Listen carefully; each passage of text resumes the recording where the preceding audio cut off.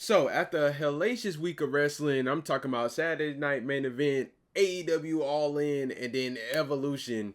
Just a lot going on this weekend, and I finally got a chance to sit down and talk about it. But specifically, I wanted to talk about Evolution. If one thing that stuck out to me that was made severely clear this weekend, this is the most talented women's roster we've ever seen. These women can flat out throw down, and they prove that they belong where they are. And as far as the first Evolution is concerned, Evolution 2 blew the first one out of the water by all events, if you ask me. This pay-per-view in itself passed everything except for maybe All In. It was better than everything except for maybe All In. That's saying something. The Lyra Valkyria, Becky Lynch, and Bayley match for the IC title. It opened Evolution, I believe. Yeah, it was the opening match, and honestly, we all knew what it was coming to. We all knew it was either going to be Lyra or Bayley facing each other, facing Becky, excuse me, for the IC championship. But WWE decided to go ahead and put them in a triple threat, and it executed on all levels. It was a great opener. It was a bell to bell, great match. We all know that these three women can wrestle anyway, but when they got in there and actually started doing their thing, it was really, really cool to see. I enjoyed it. And Becky's pin at the end, that was like, hey, I'm really the GOAT for real. I'm really standing on business. She was showing like, I'm still that for real. I'm Becky Lynch, and y'all, everybody bowed to me at the end of the day. So I really liked that as an opener. That was really, really cool. The next match was JC Jane and Jordynne Grace, I believe, for it was the NXT World Title. I don't know why they had Jordynne Grace go from winning the Impact title or getting done with that, move up to WWE and then do the NXT thing, but that's neither here or there. The match nonetheless was really good. It was decent for what it did. Actually, decent is unfair. It was actually a really good match. I'm not gonna lie. So JC Jane and Jordynne Grace are going at it for a little bit, and we get close to the end of the match, and Blake Monroe turns on Jordynne Grace, hit her in the back with the belt, and JC Jane picks up the win off of the interference. Everything felt like it was laid out perfectly. The match card, like the way they stacked the matches back to back, it was perfectly layered. Like, I don't even know how to explain. Like, when something is just as cohesive as this pay-per-view was, when it blends and layers together like this, it's a beautiful thing to see. So boom, after that, we got the fatal four-way tag match for the women. It was Rodriguez and Perez versus the Kabuki Warriors versus Flair and Alexis Bliss versus Ruka and Zarya. I think the most shocking thing for me, for whatever reason, is the type of pop that Charlotte Flair got when she came at. Universally right now, the WWE fan base or wrestling fan base in general is not fond of Charlotte Flair. I can say she gets a little annoying sometimes, even for my taste. She got a pop tonight. That just goes to show how over this show was, how over the women are, and how much people were into this show. And perhaps give props to the two matches before this, because they set these guys up for a wonderful fanfare, because everybody was already into the show because the first two matches delivered. So all they had to do was keep the fire going, and they delivered. The match was really good. I liked it. It did what it was supposed to do. And even though it was 8 people involved in this match, it still felt like everybody had enough time to get in what they wanted to get in and have special moments built in. Everybody got a chance to show off what they could do. The match was put together well, and I like that. It blended well with all 8 wrestlers. The double team spots was good, and it felt like all the big moves came across like they were supposed to, and everybody got a chance to really step out and shine. That was cool to me. But to end the match, Perez and Rodriguez did win. I think they hit a powerbomb on Ruka to win the match. Again, Charlotte Flair of all people got pops. That's how you know tonight was a good night. Tiffany Stratton versus Trish Stratus. Now, how I feel about this match is not bad at all, but Tiffany Stratton's in that era of her title run. Y'all know how when there's a new champion and you're trying to establish somebody as a top star, when they become champion or when they go into that top star role, they get fed people that's already been there, if y'all get where I'm coming from. That's basically what Trish Stratus is doing for Tiffany Stratton, and the same thing that Charlotte Flair did for Tiffany Stratton at WrestleMania. And it happens to nearly every wrestler. You want to establish your top star as that guy or as that woman, so you have them beat or take on talent that before them were the #1 caliber players in your wrestling field. So a lot of times when you get these types of matches, that's what you can look for it being, is to build up Tiffany Stratton's character.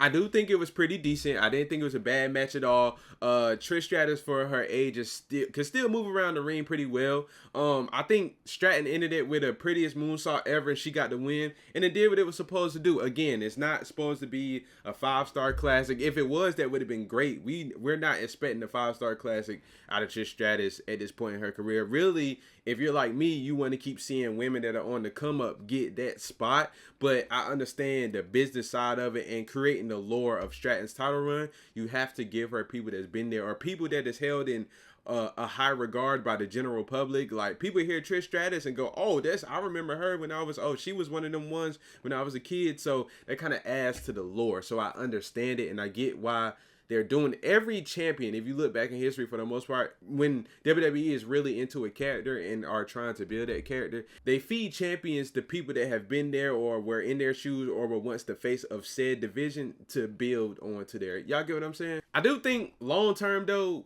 we gonna need Tiffany Stratton to go back heel. I feel like her character plays the heel too well. She can do babyface. It comes off good, but her natural position is a heel, bro. It's kind of like Edge. It's kind of like Randy Orton. They are at their best when they can be the bad guy. And I feel like she is at her best when she's snobbish, rude, mean, like good guy, good woman Tiff. I feel like eventually has to go in order to maintain longevity. And if they're going to keep the title on her long term or make her lose it and get it back, she's going to have to turn heel again eventually. But right now, she's in that phase where they're just trying to build her as a star. So, shouts out to Tiffany Stratton for getting the job done. Jade Cargill and Naomi, the match, one of the matches that I was really wanting to see. We had Bianca Belair as a special guest referee. So, my thoughts on this match in particular, I would have liked to see Bianca get involved a little bit more as the ref. And you can see they try to build on the emotion for her a little bit, but she played the clean referee role for the most part. She called, well, really the whole match, she called everything down the middle. I would have liked to see her do a little bit more, but that's neither here nor there. That's just me being nitpicky. As far as the match is concerned itself, it wasn't a bad match. Again, it followed up everything else pretty well up to this point on the show. Jade Cargill here and there for people's taste. She could be a little stiff or like feel like she's rough around the edges. She hasn't really gotten all that comfortable with the WWE style, so to speak. I would say some of her moves setting up look a little awkward, but I think in this match particular, by it being a no holds bar match and her not having to go bell to bell, just regular rules, it aided her to be able to use weapons. It made the match come across a little better. They really got straight to it. Like, they was fighting, and then out of nowhere, like a couple minutes into the match, if that, they went straight to the weapons. It was balls to the wall from the bell to the last bell. I liked it. They were going at it. Like, Naomi has several spots where she's just being the aggressor. She's really like digging into this heel character, and I love it. For as an example, I'll show y'all. Just watch this. Boom. She was being the aggressor out the gate. Boom. Just to give y'all a view, you know what I'm saying? I'm sure most of you watch it, but just to, you know, let y'all know where my mind was watching this, I enjoyed the aggressive side. Like, the caution tape, it just adds to the character. Naomi is playing into this character so well, and it came across good in this match. Now, before what happened at the end of the night, I was under the impression that Jade Cargill was going to beat Naomi in order to set her up for a title match, maybe at SummerSlam, and Naomi have her moment then. It was just so much going on, and I really enjoyed it. There was a part, I think Naomi kicked like a TV or something, like a monitor, and it hit Jade Cargill, and it had a little sparks to it. I liked that a little bit. That was kind of cool. To end it, of course, Jade Cargill won, as a lot of people predicted. Now, seeing how the end of the night went, I thought that Jade Cargill won for a different reason, but we'll get to that later. So like I said, WWE did a good job of crafting this match around what Jade Cargill can handle and do at this point. And when we get to the finish, it was a little rough again, and this is the type of stuff that a lot of the IWC gets on her about wrestling style wise, but they had a table in the middle of the ring. She's setting up Jaded. It looks a little awkward, but when she delivered it, it did look pretty cool. She delivered it through the table, got the 1, 2, 3. Jade Cargill won the match, and we're done with that. But I did like the match. Again, I wish Bianca would have got to do a little bit more as the ref, maybe. But that's just me nitpicking. And Naomi played her role to a T, as she has been since she started this heel character. I love the Naomi character that we got right now. No complaints from me. So the Battle Royal, of course, it included Raw, SmackDown, and the NXT Superstars, in it, of course. Nikki Bella was in it as well, just to throw out a few names here and there. But we're going to skip most of the filler stuff and get to where the match actually mattered for me. The final three competitors, once we got to, I think it was maybe Nia Jax. Yeah, it was Nia Jax, Stephanie Valkyrie. Let me look. Lash Legend, yeah. So Lash Legend and Stephanie Valkyrie worked together to get rid of Nia Jax. They were throwing every hit they could. Nia Jax was holding on to the rope. They were throwing every blow they possibly could to knock Nia Jax off the apron. They succeeded. Then Valkyrie and Legend going at it. They end up on the apron on the outside. Valkyrie hits her finish that everybody loves, where she wrapped her legs around people's neck and start bouncing their head off the canvas. She hit Lash Legend with that, and Lash Legend falls to the floor. Stephanie Valkyrie wins the Battle Royal. I think this win basically secures her women's title match in the future. I think Stephanie Valkyrie deserves it. She's an excellent wrestler. I wasn't really hip to her until maybe like a few months ago. I know I missed out a lot, but I did get a feel for her in the past couple months, and I've been watching her. I like what she does, so I would love to see her against any one of the women. I think she may even be in one of the Mania main events the way her trajectory is going right now. We'll see what Triple H and the rest of the crew does with her, but she may very well end up being in one of the title main events at WrestleMania for, you know, the women's division. Last but not least, match of the night, match of the year candidate. What basically threw this pay-per-view over the top for me, PLE, excuse me. Now, all of the PLE was pretty much good, but this right here was the perfect end off. I think it's a 5-star out of 5-star, if you ask me. The best women's match all year.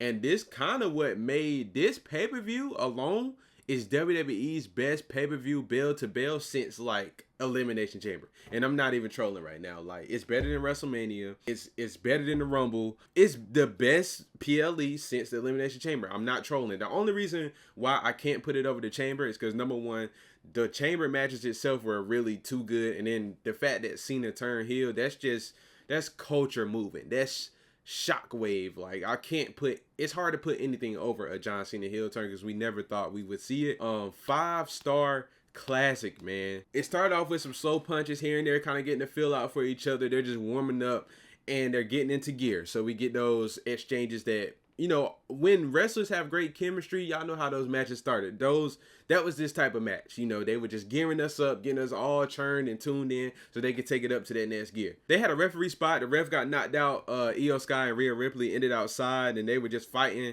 No referee to count them out, so they just doing their thing outside. One of my favorite parts of the match, and I'm sure everybody else loved this as well, Io Sky climbed to the top of like these, I don't know, containers, whatever it was. She does this dive off the top. It looks beautiful. Crossbody onto Rhea Ripley. A really cool moment. I like that part probably the most, outside of the ending, the real ending that we gonna get to. But I did like that part of the match right there. You could really tell that the landing hurt both people.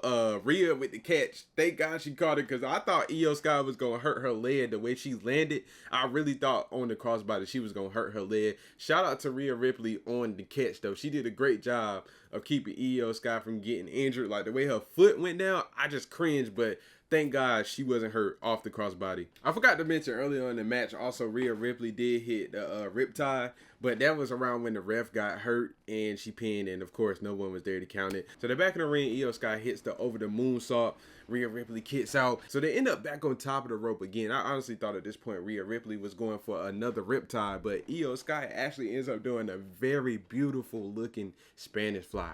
It was so cool. Like the way all these moves mesh together. When I tell y'all this was some of the most beautiful wrestling I've ever seen, just they were so in sync. Everything felt seamless. The match was perfect almost. It's literally 5 out of 5 rating. It was perfect. And then they're laying around on the ground. Naomi comes out. And I'm like, what? They're really going to pull the trigger here? And it makes sense to me if you think about it from a business aspect and from a show aspect in general. They already haven't had one of these since, I think, what was it, 2018, 2019. So it made sense that you want to go out with a bang, number one. And number two, all that's been going on this weekend, and with All In being as good as it was, and with Saturday Night Main Event being kind of mid, and you being down about the Seth Rollins injury, you needed your weekend to end with a bang, and WWE needed something to swing the conversation into their favor. So this was honestly a perfect chess move. Instead of waiting to SummerSlam and waiting to do this to Jade Cargill, they pulled their card, and out comes Naomi. And Naomi cashes in her Money in the Bank contract. She ran to the ring, gave up her contract, grabbed Rhea, threw her into the ring post, saw Io Sky, did the split-legged moonsault, 1, 2, 3, got up out of there. And when I tell y'all, it was the perfect ending to an already surreal show. And it was a chess move again by WWE. Number one, let's start with Naomi. She deserves it. Out of all the work she's been putting in years before this, she's been made for this moment. And then for her to go to TNA, prove that she can carry a division when she didn't really get that chance at WWE, has one of the best heel characters, some of the best heel work we've ever seen out of a woman or out of a character in general. And she's having one of the best runs of 2025 to cap that off with getting the Money in the Bank, and now you're a world champion. And I could honestly already hear the crazy comments from the IWC right now.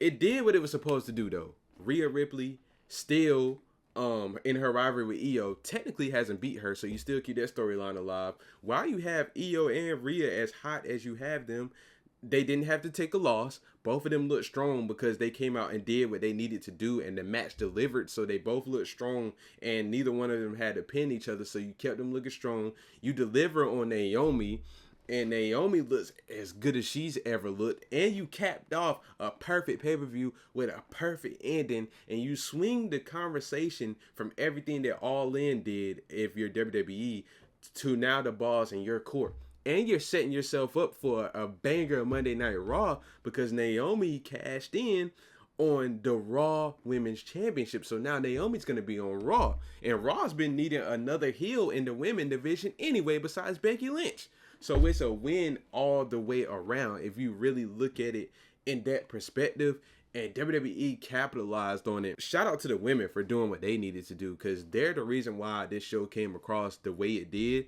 But WWE, man, y'all got to come on, because the past few months, especially with WrestleMania being the way it ended, WWE hasn't really, it sucked for me. I'm not going to lie. I don't sugarcoat nothing. WWE personally has not been good in my opinion. And it's hard for me to get up here and fake reactions like everybody else does. And when something's not good, it's not good. I haven't found WWE that entertaining this year, but Evolution was like a jolt in the system that we needed. I love it. If I had to rate the show with everything included, I got to give it an 8.5, 9 out of 10. At worst, an 8.5. But it was a really, really good show. I enjoyed it. What did y'all think about it? What's y'all thoughts? What are y'all thoughts coming out of this? I feel like the show, although it has so much that happened on of it, it has so much more coming out of it. But y'all let me know what y'all think about. What did y'all think about Evolution, man? Y'all tell me y'all thoughts. What y'all want to see moving forward. Like and subscribe if you do. Leave a comment too. I'ma see y'all next. Poppin' tag, YSL. Nah, Evolution really cooked though. Really, really cooked.